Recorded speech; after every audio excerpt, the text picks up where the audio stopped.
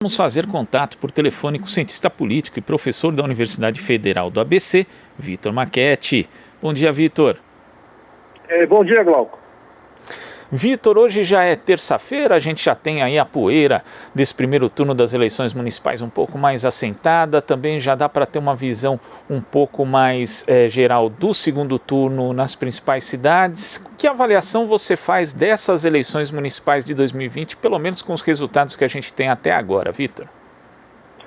Olha, Glauco, acho que a gente tem aí alguns fenômenos para a gente tentar entender como que ficou essa, vamos dizer, reorganização do sistema político. Primeiro, é bom a gente lembrar que o sistema político brasileiro, o sistema político partidário, né, ele vem passando por uma desestruturação bastante forte desde pelo menos 2013, se consolida com o golpe de 16. Quer dizer, nós temos aí a eleição de Bolsonaro, eu acho que um exemplo clássico, né, do que significou o derretimento do sistema político brasileiro, né, a presença de alguém tão antissistema, tão fora do jogo político, né, tão pouco afeito a fazer o jogo político. Eu acho que foi o símbolo maior dessa desestrutura do sistema político partidário brasileiro. Pelo menos os sinais que a gente tem tido até esse momento indicam que o sistema político partidário começa a reagir. E começa a reagir no sentido de que a política partidária começa a ganhar o respeito às políticas partidárias, o respeito às instituições, voltam ao centro da mesa. E aquela quantidade de outsiders, né, como a gente diz lá na ciência política, esses aventureiros, gente de fora do sistema e tal, parece que a onda favorável a esse perfil de candidatos parece ter chegado ao fim, né? Se a gente pegar o que foi lá em 2018, as eleições para deputado federal, deputados estaduais, uma série de personagens políticas com essa característica, né, de outsiders, de gente de fora do sistema, foram eleitas, coisa que parece que nesse ano caiu muito, reduziu muito a chance desse aventureiro, desse outsider da política sobreviver, né? Agora, para além disso, e eu estou dizendo isso, Glauco, porque a gente percebe que vários personagens que surfaram nessa onda bolsonarista tiveram resultados eleitorais pífios, né? Se a gente pegar só o caso de São Paulo, por exemplo, né, a Joyce, o Mamãe Falei, candidatos a vereador, se a gente pegar espalhado aí pelo país os candidatos que tinham esse perfil apoiados por Bolsonaro, enfim. Então, acho que esse é o primeiro sinal do sistema, né? Acho que esse é o primeiro sinal dos resultados eleitorais, né? Talvez aquela onda de destruição e de outsider que veio até 2018, talvez tenha, talvez não, perdeu bastante força. O segundo é que, de fato, o presidente da República fica um sinal de desgaste bastante forte em relação ao seu capital político, né? O Bolsonaro apoiou vários candidatos, né? Apesar dele depois de ter tuitado, né, que não, mas eu nem fiz campanha direito, fiz só uma live aqui, uma live ali, né? É fato que ele botou o capital político de um presidente da República, né, para apoiar determinados candidatos, e esses candidatos tiveram um desempenho bastante fraco, né, bastante ruim, né? Membros da sua família, o seu próprio filho, Carlos Bolsonaro, né, que tem uma visibilidade enorme, está na mídia dia sim, dia também, alguém muito ativo no Twitter, alguém ali que na posse do presidente da República ele estava sentado ao lado do presidente, né? Ele foi no Rolls Royce, né, durante a posse, era alguém que tinha um lugar de destaque. Ele teve 33% de votos para vereador a menos na cidade do Rio de Janeiro. Teve ainda muito voto? Teve bastante voto, foi eleito em segundo lugar, mas ficam sinais, né? Quer dizer, ficam aí um pouco sinais de que esse capital político ele não cresceu e, ao contrário, é um capital político que vem derretendo, né? O PSOL fez lá, por exemplo, no Rio de Janeiro, vamos dizer, um desafeto preferencial do Carlos Bolsonaro lá no Rio de Janeiro, foi o primeiro colocado, né? ficou à frente do Carlos Bolsonaro. Então, acho que tem sinais aí importantes desse desgaste do capital político, né, do Bolsonaro. O terceiro sinal aí, Glauco, é como o sistema está se reorganizando. Me parece que o sistema está se reorganizando a partir disso que se convencionou a chamar de centrão, né? Ou a gente pode, para buscar referências mais históricas aí, fazer referência ao que foi a Arena lá atrás, né? Desde a ditadura militar até a redemocratização, né? O papel que a Arena cumpria, que é esse centrão, que nada mais é do que um conjunto de partidos de direita, né, que tem agendas que interessam ao mercado, que interessam aos atores econômicos, não são partidos com adesão forte a agendas de direitos trabalhistas, de direitos sociais, né, mas não são essa extrema-direita bolsonarista que tem disposição para a ruptura do sistema. Aliás, é um conjunto de partidos de direita que vive do sistema, né, que precisa da estabilidade do sistema.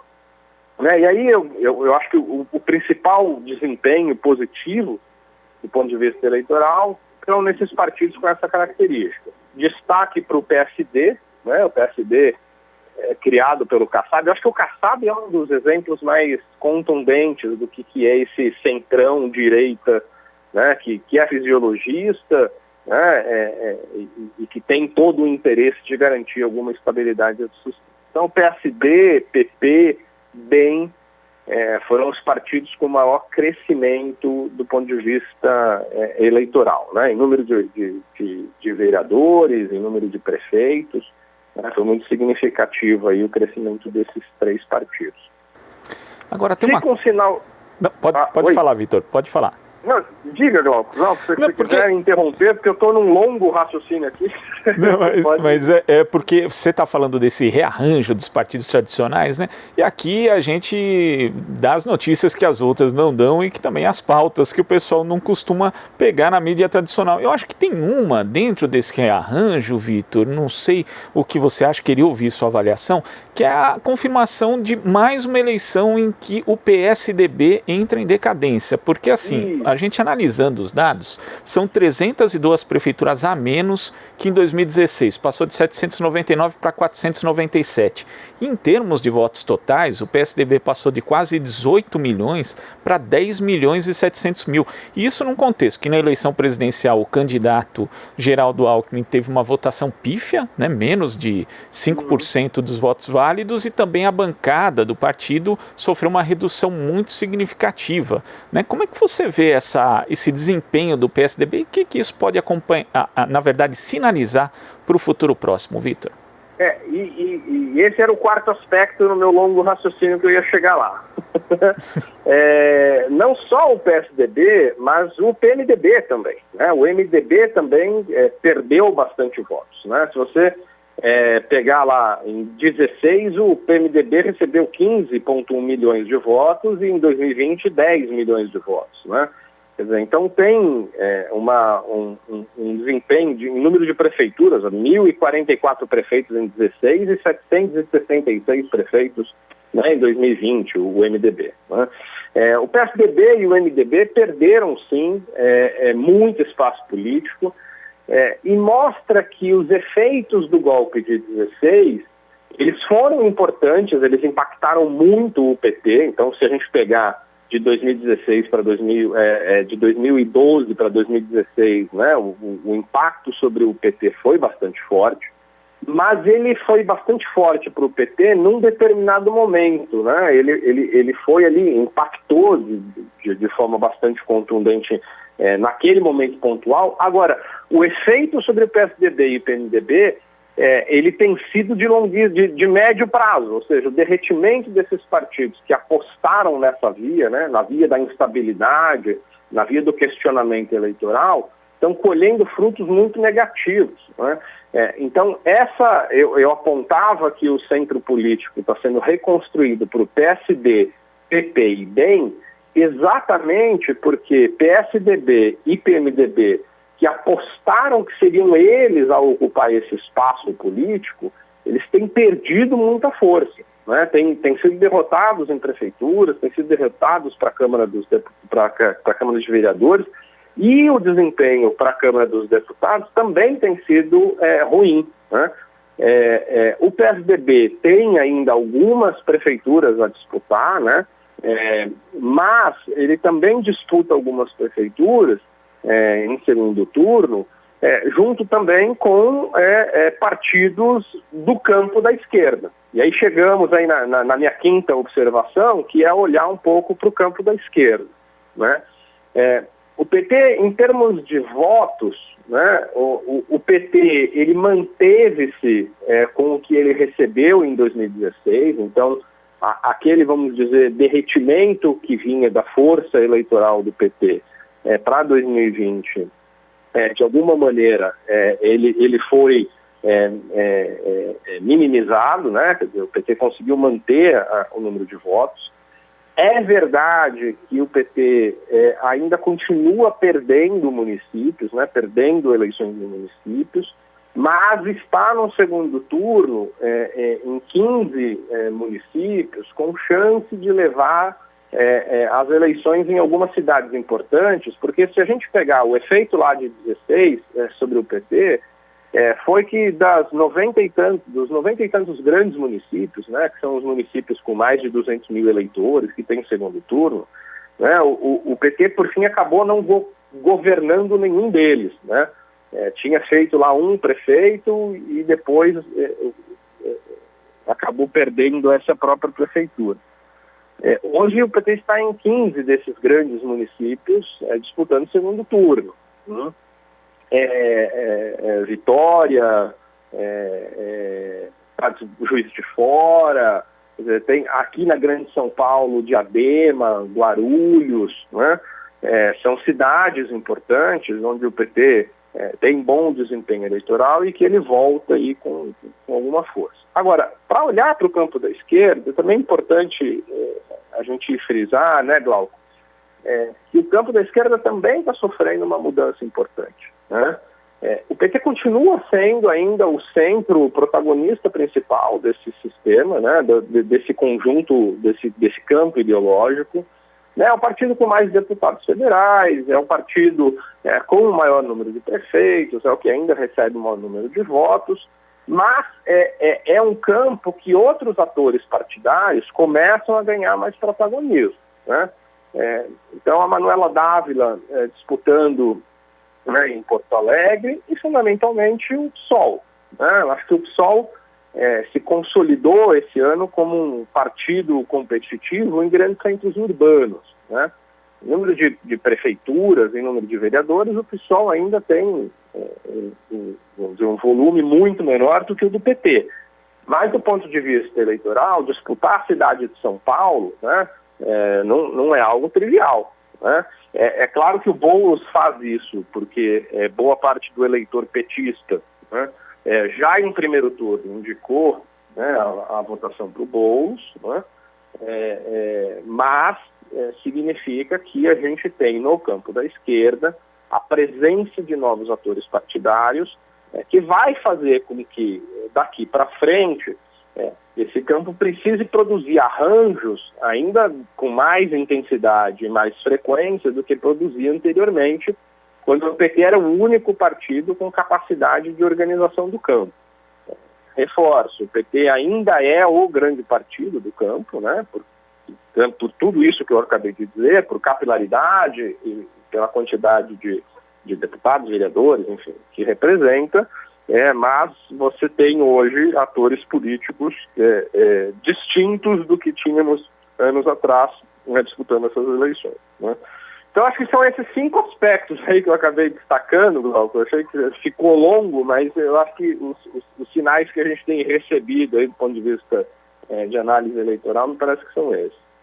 Agora, nesse aspecto justamente dessa sua análise, Vitor, a disputa em São Paulo ela é crucial, primeiro para a própria, digamos, própria manutenção de algum protagonismo maior do PSDB também do ponto de vista nacional, já que é a maior cidade do país. E para o PSOL também é importante, já que dá muita projeção, como você falou, o PT continua sendo com alguma tranquilidade, inclusive em termos de votos e mesmo de prefeituras conquistadas, ainda mais, né, o principal partido de esquerda do país, mas o PSOL, se conseguir a prefeitura de São Paulo, também adquire um protagonismo e pode se projetar aí, por exemplo, para as eleições para 2022. Então é uma eleição que é crucial para os dois partidos, Vitor.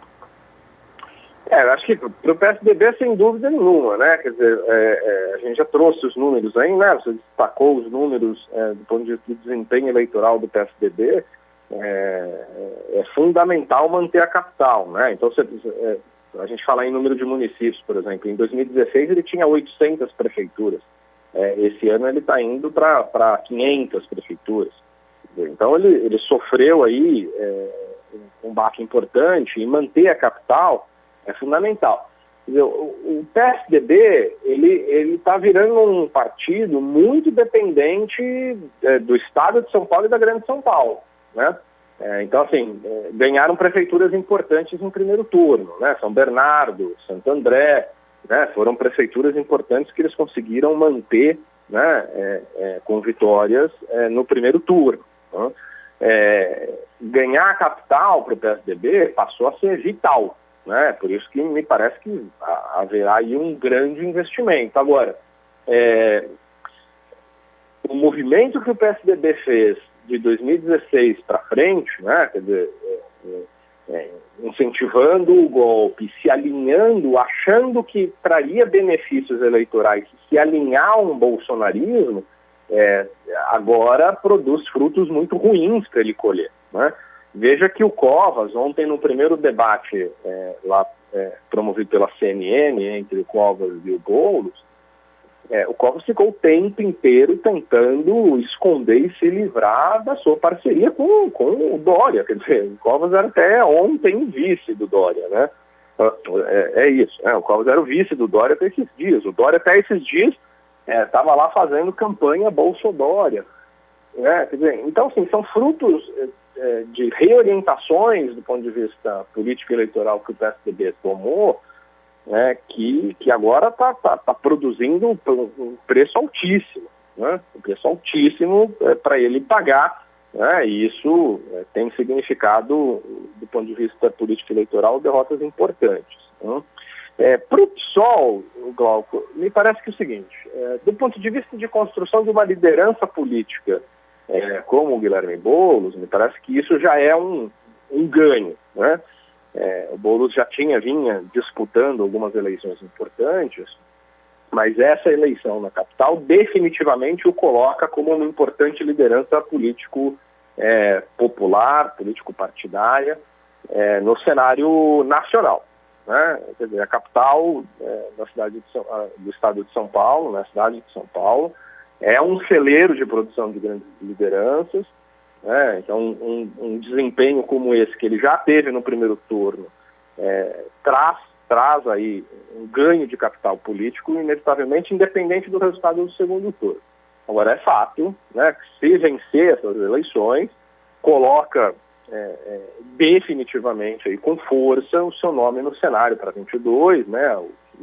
O PSOL triplicou sua bancada, né, na Câmara de São Paulo, né? São 6 vereadoras eleitas pelo PSOL, aumentou o número de vereadores espalhados pelo país, né? Então, assim, me parece que isso vai consolidando, de fato, o PSOL como um ator político-partidário no campo da esquerda extremamente relevante, né? O que coloca aí um desafio para o cenário de 2022, né? Quando a gente fala das tais frentes amplas, né?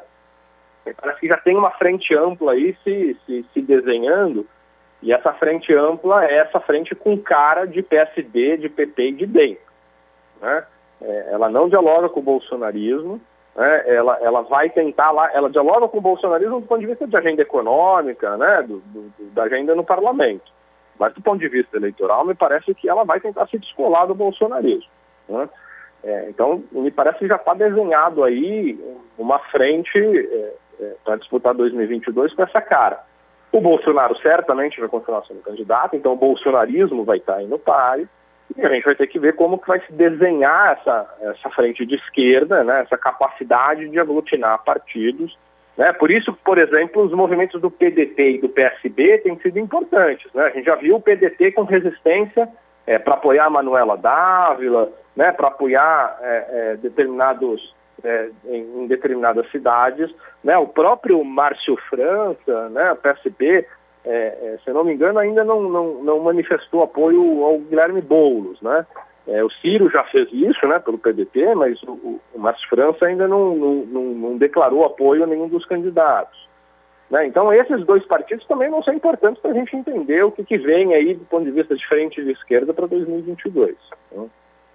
É interessante, né? Porque quando a gente vê, por exemplo, a animosidade do Ciro, por exemplo, em relação ao PT, ao Lula, e agora essa reticência em divulgar apoios a candidatos de esquerda no segundo turno, parece que o PDT, o PSB um pouco também, tentam cativar o centro do espectro político brasileiro, mas eles não são dominantes nem na centro-esquerda e na esquerda, né? Quer dizer, parece que você quer buscar um campo, sendo que você nem é dominante, nem tem uma expressividade tão grande assim no seu próprio campo e já vai atrás do outro. Quer dizer, pode ser algo também perigoso para esses partidos, não, Vitor? Não, é isso, Glauco. São dois partidos que também tiveram quedas importantes do ponto de vista de votação e de prefeituras. Né? O PDT e o PSB não estão, do ponto de vista de capital político, em condições de assumir protagonismo. Veja, o centro brasileiro, né, que a gente chama de centro, vai ser composto por DEM, PSD e PP. Quer dizer, isso na minha terra é direita. Mas do ponto de vista vamos dizer, da narrativa política, né, quem vai ocupar esse papel de ser o centro moderador, equilibrado, né, são esses três partidos, que vão acabar arrastando o PSDB e PMDB com facilidade, porque o capital político que eles estão conquistando agora vai dar condições para isso. E é por aí que vai PSB e PDT, né?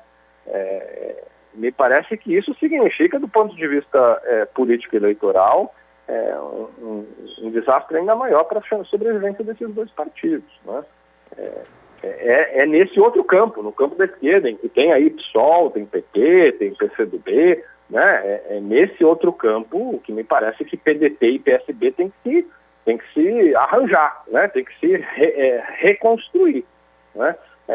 Agora, isso é isso, né? Quer dizer, se a gente vê o Carlos Lupe, presidente do PDT, com dificuldade de apoiar essas candidaturas, aí fica bem difícil, né? Se o partido quiser se reconstruir pela antiga arena, acho que isso traz mais dificuldades para o partido conseguir sobreviver como protagonista político-partidário do que qualquer outra coisa. Né? É isso, né? Quer dizer, o Ciro quer se colocar como uma liderança política, né? Mas ele não tem, porque quando o Bolsonaro, por exemplo, detona o sistema partidário, né? Não tem nem partido disputando eleição no nome dele, né? Quer dizer, você não é nada orgânico, é nada organizado, é insuflar apenas a sua própria liderança, né? Se colocar apenas como ele sendo um protagonista eleitoral. Mas ele acabou de sair das urnas, ele tem adesão eleitoral, ele tem uma votação popular, né? O Bolsonaro ele conseguiu, né? Se colocar aí com alguém que tem essa base mais sólida. Né?